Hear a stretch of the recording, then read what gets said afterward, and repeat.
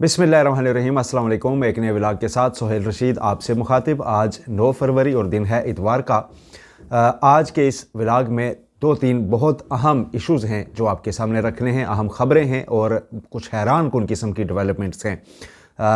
कल 10 फरवरी के रोज़ supreme court of Pakistan में नए जजेस की अपॉइंटमेंट होने जा रही है, जिसको रोकने के लिए वकला और कुछ जजेस, सुप्रीम कोर्ट के जजेस, हाई कोर्ट के जजेस, ये सारे इस पर एतराज़ात उठा रहे हैं।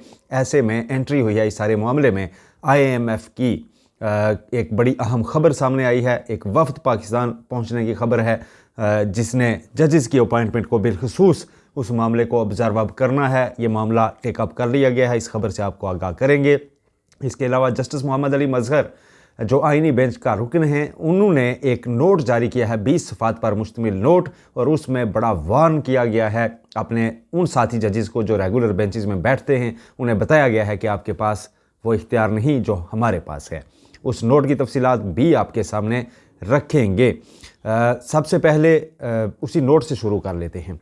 जस्टिस मोहम्मद अली मजहर ने, ये वही बेंचेस के इख्तियारात वाला केस है जिसमें जस्टिस मंसूर अली शाह और जस्टिस अकील अब्बासी पर मुश्तमिल 2 रुकनी बेंच ने तौहीन अदालत की कार्रवाई शुरू की थी एडिशनल रजिस्ट्रार जुडिशल के खिलाफ, और उन्हें तौहीन अदालत का नोटिस भी जारी किया गया। बाद में नोटिस वापस लेते हुए एक फ़ैसला जारी किया गया जिसमें यह मामला चीफ जस्टिस को भेजा गया कि अब फुल कोर्ट तश्कील दी जाए और तय किए जाएँ इख्तियारात के सारे मामलात एक ही बार।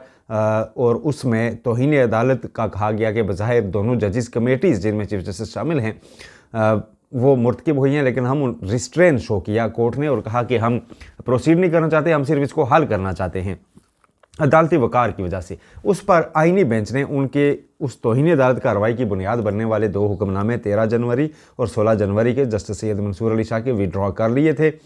उस विड्रॉल के हक में नोट लिखा है 20 सफ़ात पर मुश्तमिल जस्टिस मोहम्मद अली मजहर ने, और उसमें उन्होंने ये लिखा है कि जी ठीक है, 26वीं आइनी तरमीम चैलेंज हो चुकी। ये भी दुरुस्त है कि 26वीं आइनी तरमीम पर हम नोटिस जारी कर चुके, अटॉर्नी जनरल से भी हम जवाब मांग चुके, और ये भी दुरुस्त है कि फुल कोर्ट तश्कील देने की एक दरख्वास्त मौजूद है, और ये भी हकीकत है कि उसकी बराह रास्त नशरियात की दरख्वास्त भी है। लेकिन फुल कोर्ट बनाने की दरख्वास्त भी मेरिट्स पर तय होनी बाकी है, लाइव नशरियात की भी बाकी है, और 26वीं आइनी तरमीम एक हकीकत के तौर पर इस वक्त फील्ड में मौजूद है। उसका आर्टिकल 191A बड़े एक्सक्लूसिव किस्म के इख्तियारात आइनी बेंचेस को देता है, और इसका जुडिशल साइड पे या तो तय होगा कि 26वीं तरमीम बाकी रहनी है या नहीं रहनी, यानी सुप्रीम कोर्ट उसको स्ट्राइक डाउन करेगी, कलअदम कर देगी, या फिर पार्लियामेंट उसको वापस लेगी। यही 2 सूरतें हैं उसके ख़त्म होने की। अदरवाइज़ वो आइन का हिस्सा है और रहेगी, और आइन का जब तक वो हिस्सा है हम अपनी आंखें बंद नहीं कर सकते, हम अपने कान बंद करके नहीं बैठ सकते। लिहाजा हम ये वाज़े कर दें कि जो इख्तियारात हैं सारे वो आइनी बेंचेस के पास हैं, और आइनी बेंच ही आइनी तशरीह कर सकता है और किसी कानून के आइनी या गैर आइनी होने का फ़ैसला भी। इस इजाफी नोट में दिए गए हैं जनाब हवाले प्रैक्टिस एंड प्रोसीजर कवानीन के, और उसमें यह कहा गया है कि जजेस कमेटी बाइख्तियार है बेंच बनाने की, और उसमें यह भी वाज़ेह है कि जो आइनी मामलात हैं वो कम अज़ कम 5 रुकनी आइनी बेंच ही अब सुनेगा। प्रैक्टिस एंड प्रोसीजर में उसको कहा गया था कि लार्जर बेंच ही एक आइनी मामलात सुन सकता है, लेकिन जब 26वीं तरमीम आकर वो इख्तियार आइनी बेंच के पास है तो अब कम अज़ कम 5 रुकनी आइनी बेंच ही मामलात सुन सकता है। लिहाजा वो जजेस जो रेगुलर बेंचेस में बैठते हैं उनको अच्छा लगे या बुरा लगे, ये जब तक आइनी तरमीम फील्ड में है हम ये अपना इख्तियार प्रैक्टिस करेंगे और वो इससे दूर रहेंगे, क्योंकि उनको कोई ऐसी जुरिस्डिक्शन इस वक्त हासिल नहीं है। वो इस पर वहाँ बैठकर कोई राय नहीं दे सकते, वो ऐसे किसी कानून को गैर आइनी नहीं करार दे सकते, ना ही प्रोसीड कर सकते हैं। लिहाजा जस्टिस सैयद मंसूर अली शाह और जस्टिस अकील अब्बासी पर मुश्तमिल 2 रुकनी बेंच ने जो 13 और 16 जनवरी को हुक्मनामे जारी किए, केस अपने पास लगाने पर इसरार किया, और उसके बाद तौहीन अदालत की कार्रवाई करके एक फ़ैसला भी दिया, वो उनके 2 बुनियादी हुक्मनामे वापस लेने का फ़ैसला दुरुस्त था।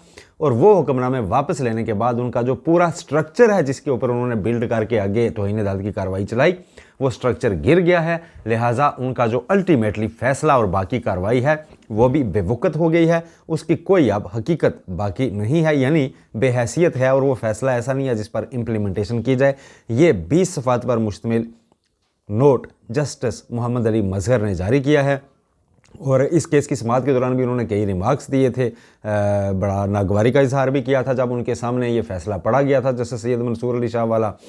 तो अब उन्होंने ये इजाफी नोट जो है अच्छा खासा लेंथी लिख दिया है। और जस्टिस मोहम्मद अली मजहर का एक तारफ़ और भी है, और वो तारफ़ ये है कि ये 8 जजेस में भी जस्टिस मंसूर अली शाह के साथ शामिल होते थे जिनके फैसले पर अभी तक मखसूस नशिस्तों के फैसले पर इम्प्लीमेंटेशन नहीं हुई। और आइन का एक आर्टिकल ये कहता है कि सुप्रीम कोर्ट के सारे फैसलों पर इम्प्लीमेंटेशन तो होगी और उसको सब असिस्ट करेंगे और उसको इम्प्लीमेंट करने में अपना किरदार अदा करेंगे।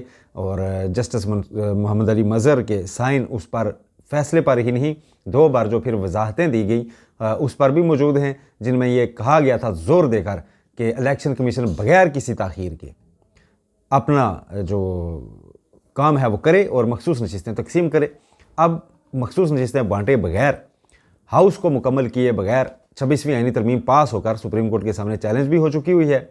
और उस पर भी पहला सवाल हमने उस दिन भी आपके सामने रखा था कि शायद बेंच की जानिब से मुश्तरका तौर पर यह है कि यार हाउस नामुकम्मल कैसे, हमने फैसला दिया था उस पर अमल दरामद क्यों नहीं हुआ, क्या आइन के कुछ आर्टिकल ये भी नहीं कहते कि आप इस पर अमल दरामद करेंगे। तो वो सवाल तो सिर्फ जस्टिस आयशा मलिक ने पूछा था और किसी ने उस सवाल पर कोई दिलचस्पी नहीं दिखाई। बहरहाल ये एक नोट था जो आपके सामने एज इट इज़ रख दिया है। अच्छा, अब आते हैं जी अगली खबर की जानिब। जो शहबाज राना साहब बड़े सीनियर सहाफ़ी हैं जो इकानमी को कवर करते हैं, एक्सप्रेस ट्रिब्यून और एक्सप्रेस टीवी पर उनका प्रोग्राम भी आता है, ट्रिब्यून के लिए लिखते हैं और बड़े बाखबर सहाफ़ी जो हैं उनमें शामिल होते हैं और IMF के मामलात को बड़ी करीब से देखते हैं। शहबाज राना साहब हुए, फिर शकील साहब हैं समा से, ये कुछ ऐसे नाम हैं जो पाकिस्तान में इकानमी के मामलात पर कई बार मैंने इनको मतलब बड़े बड़े इकानमी के एक्सपर्ट से भी आगे देखा है। तो शहबाज राना साहब की एक खबर आज पब्लिश हुई है एक्सप्रेस ट्रिब्यून में और उसके मुताबिक IMF ने जनाब फैसला किया है कि वो पाकिस्तान में जो अदलिया की आज़ादी का इस वक्त पूरा झगड़ा पड़ा हुआ है इसका भी जायज़ा लेगी। उन्होंने पाकिस्तान का जो ओवरऑल गवर्नेंस एंड करप्शन जो है ना उसका एनालिसिस करना है और उसमें उन्होंने जुडिशल इंडिपेंडेंस को भी मॉनिटर करना है और इसीलिए एक उनका डेलीगेशन जो है वो पहुंचकर उसने अपना काम शुरू कर लिया है और वो 14 फरवरी तक पाकिस्तान में मौजूद होगा और इस दौरान वो चीफ जस्टिस पाकिस्तान समेत सुप्रीम कोर्ट जजेस से भी मिलेगा और जुडिशल कमीशन ऑफ पाकिस्तान के साथ भी मीटिंग करेगा। खबर में ये दावा किया गया है और इन सारी चीज़ों को ऑब्ज़र्व करेगा कि पाकिस्तान में अदलिया आखिर आज़ाद कितनी है। जिस मुल्क के साथ हम इतनी बड़ी बड़ी डील्स में शामिल हैं वहाँ पर पूरा एक, चूँकि सोसाइटी पूरी IMF तो देखता है ना पूरी सोसाइटी में तरीक़ाकार है क्या, उस पूरी सोसाइटी को गवर्न कैसे किया जा रहा है, वहाँ पर अदालतें कैसे काम कर रही हैं, वहाँ पर रूल ऑफ लॉ कितना है, वहाँ पर एंटी करप्शन कवानीन कितने सख्त हैं और जो पैसा हम दे रहे हैं ये कहीं इसका मिसयूज़ तो नहीं होगा। ये सारी चीज़ें देखी जाती हैं IMF की जानिब से। और अब इसमें उन्होंने रिपोर्ट में ये कहा गया है कि पहली बार ऐसा हुआ है अपनी तर्ज का कि अब वो आकर जुडिशरी से भी मिलेंगे और एक ऐसा वो सर्वे कंडक्ट करेंगे जिसको फिर पब्लिश भी किया जाना है। जुलाई 2025 तक ये रिपोर्ट पब्लिश होगी और रिपोर्ट में ये भी कहा गया है कि पाकिस्तान जो एग्रीमेंट है इसका IMF के साथ उसके तहत ये जो एनालिसिस पूरा होगा और ये जो रिपोर्ट बनेगी इसको पाकिस्तान एज इट इज़ बगैर किसी तरमीम के पब्लिश करने और पब्लिक करने का पाबंद होगा।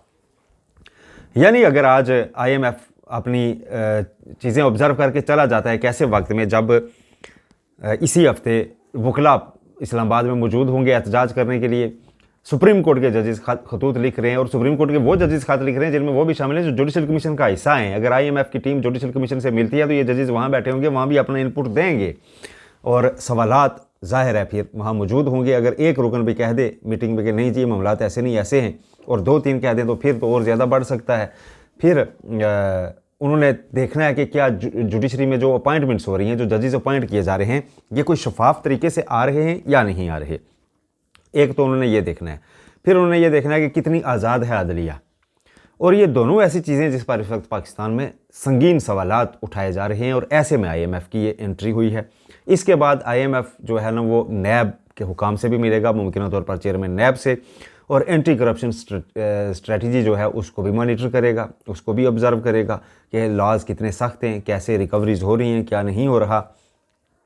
ये सारी चीज़ें पाकिस्तान में देखेगा ये वफ्द 14 फरवरी तक, और फिर अपनी रिपोर्ट जो है वो जुलाई तक पब्लिश करेंगे, और उस रिपोर्ट की बुनियाद पर फिर आगे जो भी मामला हमारे चलने IMF के साथ वो चला करेंगे। तो इसकी टाइमिंग बहुत अहम है। इस पर सुप्रीम कोर्ट के अंदर आवाज़ें हैं, बाहर आवाज़ें हैं, और लोग इस वक्त डिस्कस ही पाकिस्तान में जुडिशरी कर रहे हैं, बिलखसूस 26वीं आइनी तरमीम के बाद।